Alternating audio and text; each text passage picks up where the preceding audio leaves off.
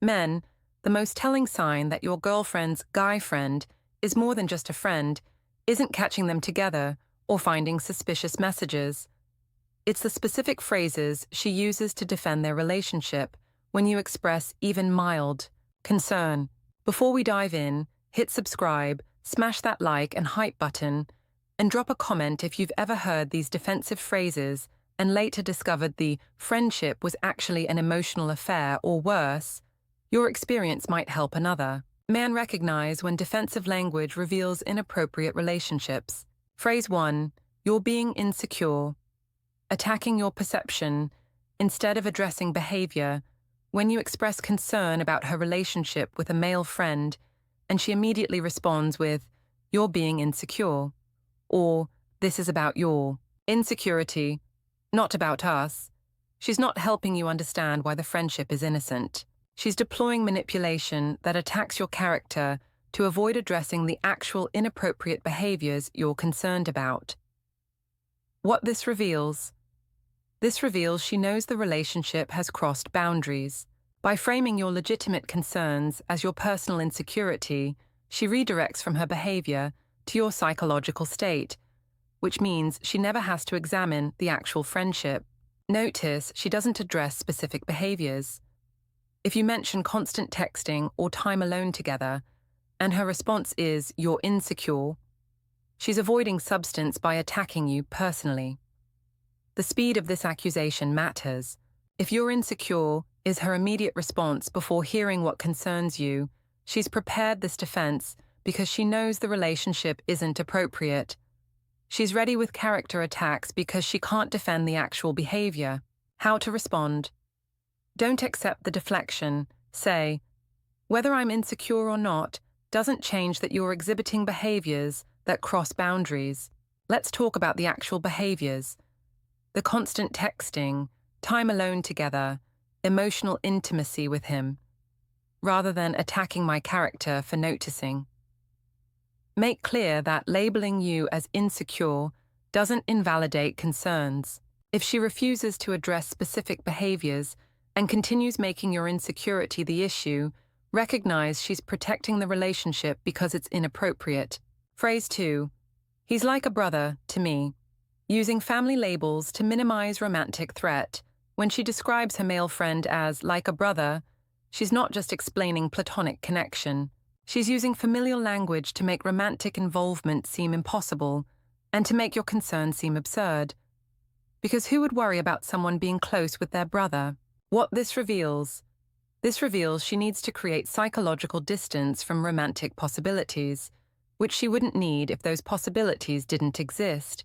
Women don't describe genuinely platonic male friends as brothers. They just call them friends. The need to invoke family terminology reveals she's aware the relationship could be perceived as romantic, and she's preemptively defending against that perception. Notice, if only this friend gets the brother label, while other male friends don't. The special designation reveals this relationship is different and requires explanation, others don't.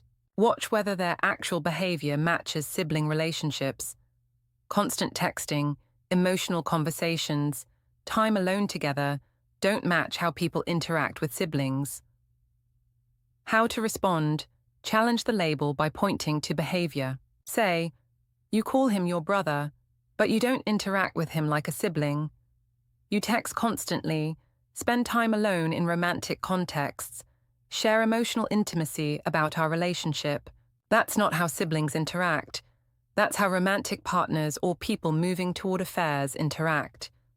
If she insists the relationship is purely familial, establish boundaries based on behavior.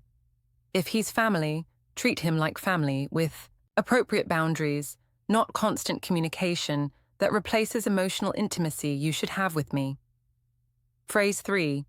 You don't trust me. Making trust the issue instead of her behavior. When you express concern and she responds with, "You don't trust me," or "If you trusted me, you wouldn't have a problem," she's reframing from her potentially inappropriate behavior to your alleged trust deficiency, which shifts responsibility from her actions to your reaction. What this reveals? This reveals deflection from examining her behavior by making the conversation about your trust. By framing trust as the issue, she avoids justifying behaviors that might be inappropriate because questioning becomes evidence of not trusting rather than response to concerning actions. Notice she equates trust with never questioning behavior. This is manipulative. Trust doesn't mean blind acceptance. Healthy trust includes discussing concerns about inappropriate behavior, and trustworthy partners address concerns rather than using trust as a shield against accountability. How to respond? Separate trust from blind acceptance. Say, trust doesn't mean never questioning inappropriate behavior. I can trust you generally, while being concerned about specific boundary violations. Trustworthy people address concerns rather than using trust as a shield. Make clear, trust is earned through appropriate behavior. You're asking me to trust you while engaging in behaviors that damage trust. Constant contact with another man, emotional intimacy with him, defensive secrecy. If you want trust, demonstrate trustworthiness through appropriate boundaries. Phrase 4. I knew you'd react this way. Preemptive blame for your legitimate concerns. When she says, I knew you'd react like this, before you've fully expressed concerns, she's preemptively blaming you for having concerns, framing your reaction as the problem rather than her behavior, and using your predicted reaction to justify secrecy about the relationship. What this reveals? This reveals she knew you'd be concerned, which means she knows the relationship has elements that would reasonably concern a partner. Instead of examining why you'd be concerned, she's making your predictable reaction the issue. She's been anticipating your concerns because she's aware the friendship crosses boundaries. Notice if this phrase justifies secrecy. If she says, I knew you'd react this way to explain hiding aspects of the friendship, she's using your predicted reaction to justify dishonesty. Appropriate behavior doesn't require secrecy, and your reaction doesn't justify hiding things. How to respond? Point out predictability doesn't equal invalidity. Say, the fact that you knew I'd be concerned doesn't make my concerns invalid. It means you knew you were doing something concerning. If you expected me to have problems with this, you should have examined why, rather than hiding it and blaming my predictable response. Address the manipulation. You don't get to hide things and then blame my reaction for why you hid them. If the friendship is appropriate, it doesn't need secrecy. Phrase 5. He's going through a hard time, using his emotional needs to justify excessive contact. When she explains excessive time or emotional intimacy with, he's going through a hard time, or he really needs support right now, she's using his emotional needs as justification for crossing boundaries, positioning herself as his primary support in ways that create intimacy. What this reveals? This reveals she's prioritizing his emotional needs over appropriate boundaries in your relationship. The fact that she's his primary support suggests emotional intimacy that exceeds normal friendship. Notice if his hard time is ongoing for months. That's not temporary crisis support. It's an ongoing emotional relationship where she's positioned herself as his emotional partner. Watch whether supporting him involves romantic-style time together, dinner dates, long conversations, physical comfort. If the support has crossed into relationship territory rather than friendship support, and if she wouldn't provide this level of support to female friends in similar situations, the relationship has romantic elements. How to respond? Acknowledge struggles while maintaining boundaries. I understand he's struggling, but that doesn't mean you need to be his primary support, or that supporting him requires crossing boundaries. He needs appropriate support networks, rather than relying on you exclusively. Point out inappropriateness. The way you're supporting him, constant contact, time alone, deep emotional intimacy, looks like emotional affair territory. You can care about his well-being while maintaining appropriate boundaries. Phrase 6. Nothing's going to happen. Dodging the emotional affair. Already happening. When you express concern and she responds with, nothing's going to happen, or we're not going to hook up, she's deliberately missing the point. She's reducing infidelity to just physical acts, which allows her to claim innocence while emotional affair is already underway. What this reveals? This reveals she's misunderstanding, deliberately or not, that infidelity includes emotional affairs, not just physical ones. By focusing on whether they'll hook up, she's avoiding addressing the emotional intimacy and boundary violations already betraying your relationship. She's establishing physical sex as the only line that matters, which means everything up to physical intimacy is supposedly acceptable. The constant contact, emotional intimacy, time alone together, prioritization of him. This framework ignores that emotional affairs are real betrayals. How to respond? Expand the definition. Emotional affairs are real affairs even without physical contact.